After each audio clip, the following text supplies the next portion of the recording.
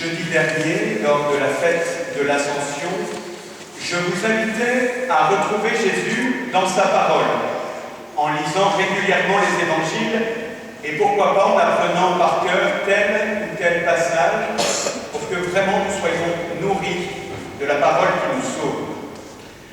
Je vous indiquais aussi que le meilleur endroit pour retrouver Jésus, c'est de venir à la messe et de le recevoir dans la Sainte Communion. D'ailleurs, permettez-moi de vous remercier d'être là ce matin. Vous donnez ainsi l'occasion au Seigneur Tout-Puissant de vous parler, de vous sanctifier et de vous rendre plus fort dans la mission que vous avez d'annoncer son nom. Vous êtes là, bien confortablement assis, j'espère. Jésus, lui, depuis l'Ascension, est au ciel, assis à la droite du Père. Et bien l'endroit où habituellement la connexion se fait le mieux entre lui et nous, c'est ici. C'est l'Église. L'Église, c'est un lieu consacré pour cette rencontre. C'est un lieu dédié pour les rendez-vous avec le Seigneur. Vous savez qu'en partant au ciel, Jésus ne nous a nullement abandonnés, nous l'avons entendu dans la première oraison de cette messe. Ainsi, par les mains et les paroles de ses prêtres, Jésus se rend présent dans l'hostie et le vin consacré. Et après la Sainte Communion, Jésus hostie est déposé dans le tabernacle, où il veille et où il prie. C'est là que nous pouvons arriver avec toute notre vie, nos joies, nos demandes, nos inquiétudes, nos projets. Portez-les devant le roi des rois et le Seigneur des seigneurs. Surtout qu'à Savigny-l'Évêque, ici, l'Église est ouverte tous les jours. De 8h à 18h, le Seigneur vous attend. N'hésitez pas à venir le retrouver.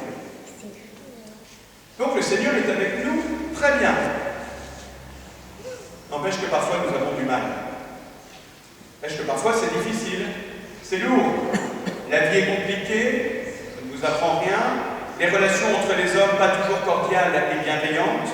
Notre société sans Dieu est drôlement tordue et a l'art de compliquer les choses les plus simples et même d'abîmer celles qui sont les plus belles. Et puis il y a ces cochonneries qui viennent gâcher nos vies et parfois faire basculer nos existences. La maladie qui vient frapper indistinctement dans nos familles, jeunes et moins jeunes. Le chômage, l'érosion de l'amour et de la tendresse dans les couples et dans les familles. Et puis il y a enfin nos propres limites, nos défauts à nous, nos péchés qui détériorent notre relation avec les autres, avec Dieu, qui font et lézardent notre union au Christ. Pourtant Jésus a été très clair dans la prière adressée à son Père. Garde mes disciples unis dans ton nom. Nous y croyons à la force de la parole du Sauveur ou pas, mes frères? Nous croyons en son efficacité? Qu'il y ait des coups de mou, qu'il y ait des coups de blues dans notre vie de foi, dans notre vie de prière, dans la persévérance. Évidemment, ça peut arriver. Le remède est simple et nous le connaissons. S'appuyer sur Dieu. En Dieu, je mets ma confiance. S'appuyer sur la force de sa parole. Vous avez entendu à la fin de l'Évangile? Je te prie pour que tu les gardes du mauvais. Excusez-moi, mais c'est du lourd. Contre la tristesse, le manque de punch spirituel, contre l'ascétie, qui sont différentes manifestations de l'adversaire qui vient nous piquer. Il y a l'efficacité de la demande de Jésus à son Père qui ne peut rien lui refuser. Je te prie pour que tu les gardes du mauvais. Nous avons bien compris que le Seigneur passe par les sacrements et avant tout la messe, sans oublier la confession. Il est présent dans la parole de Dieu. Il y a aussi l'Esprit Saint qui est à l'œuvre. Et je vous ai dit, jeudi, que vous aviez 10 jours pour bien vous préparer à cette rencontre avec le Saint-Esprit qui va faire de vous véritablement des disciples et des missionnaires. Et l'Esprit Saint travaille de façon souvent étonnante, surprenante. Je vous propose un développement sous une forme que je n'ai jamais employée depuis que je suis curé parmi vous. Plutôt que de vous faire un exposé théologique, je voudrais vous faire un petit témoignage personnel de ce qui m'est arrivé la semaine dernière. C'est peut-être mon côté charismatique qui remonte à la surface. Je vais vous faire une confidence, ces dernières semaines, pour moi, c'était pas tip-top. Il y avait un cocktail qui faisait que je ne me sentais pas tout à fait dans mon assiette. Le contre-coup des solennités pascales que j'avais en l'occurrence vécu dans une vraie joie et une vraie ferveur. Des petits soucis de dos, certes bien suivis et surveillés, et néanmoins persistants. Le premier anniversaire du rappel à Dieu de papa, et puis cette fatigue générale persistante. Bref, plein de dos, aussi bien dans le sens figuré que dans le sens propre. Je traîne ça plusieurs jours, je l'offre au Seigneur, plus particulièrement pour les âmes du purgatoire qui ont besoin de nos prières et de nos sacrifices. Bref, comme vous, dans ces situations-là, je vis avec, je fais avec. Sauf qu'insidieusement, ça me pompe, ça m'use. Je vis les choses de façon négative, vous savez, en voyant toujours la petite bête qui va pas bien, plutôt que les belles choses qui marchent et qui réussissent. Si bien qu'au bout de 3 semaines, un mois, ras-le-bol. Évidemment, je continue mon job, ma mission, en espérant que ça ne se voit pas trop en paroisse. Et puis, arrive mercredi.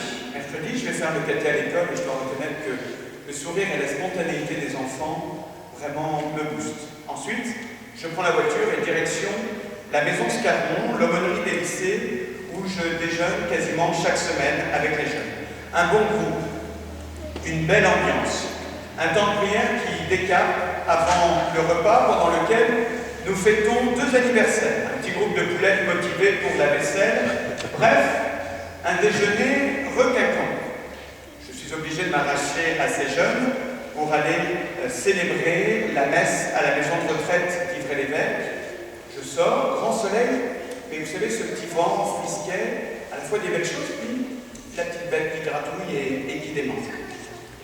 J'arrive devant les pans de Goron. Pour ceux qui ne sont pas de chez nous, les pans de Goron, c'est ces grands escaliers bien raides qui descendent jusqu'au quai Louis Blanc où j'avais garé ma voiture.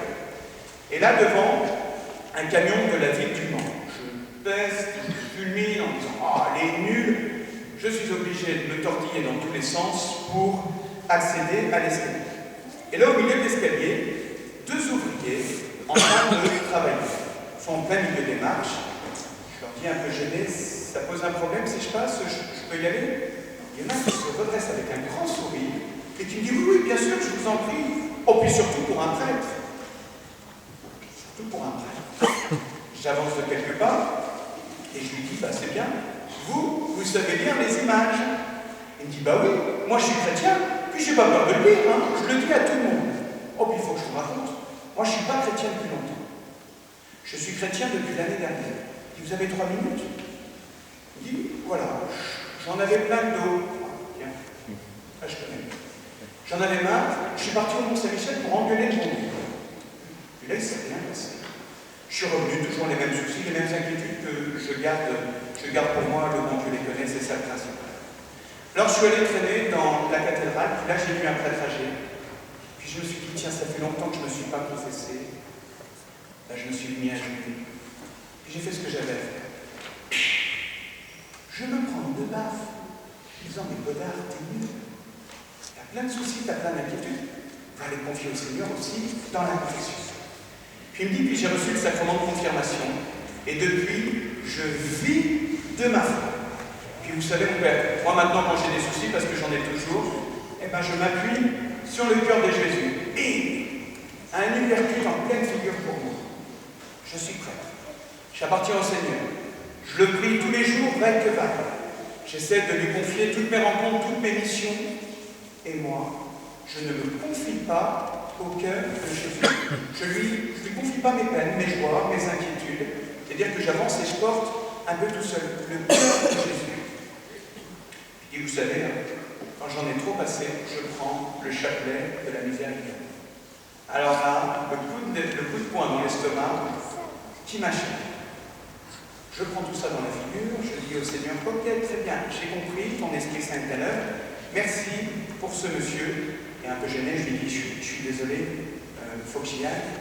J'ai les personnes âgées qui m'attendent pour la messe. Il dit, oui, C'est vrai, vous donnez Jésus, et notamment elles en ont besoin, elles sont toutes seules dans leur maison.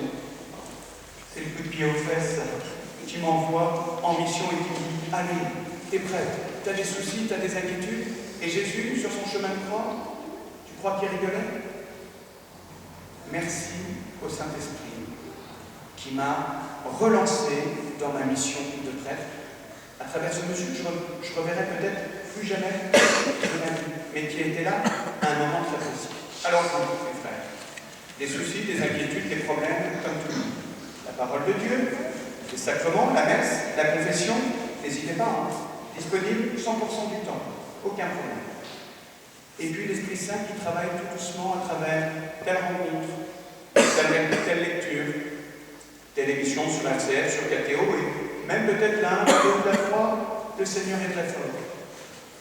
Le Seigneur passe à travers le Saint-Esprit et il vient nous donner la force. Jeudi dernier, je vous ai donné 10 jours, le compte à rebours avance, il vous reste une semaine pour recevoir en plénitude l'Esprit Saint. Alors vous allez ouvrir les yeux et les oreilles tout au long de cette semaine pour le repérer, pour le recevoir, pour recevoir un bon coup de pied dans le derrière et avancer, vous aussi, dans cette mission de disciple du Christ et d'annoncer sa joie à tous ceux qui en ont besoin, au nom du Père et du Fils et du Saint-Esprit. Amen.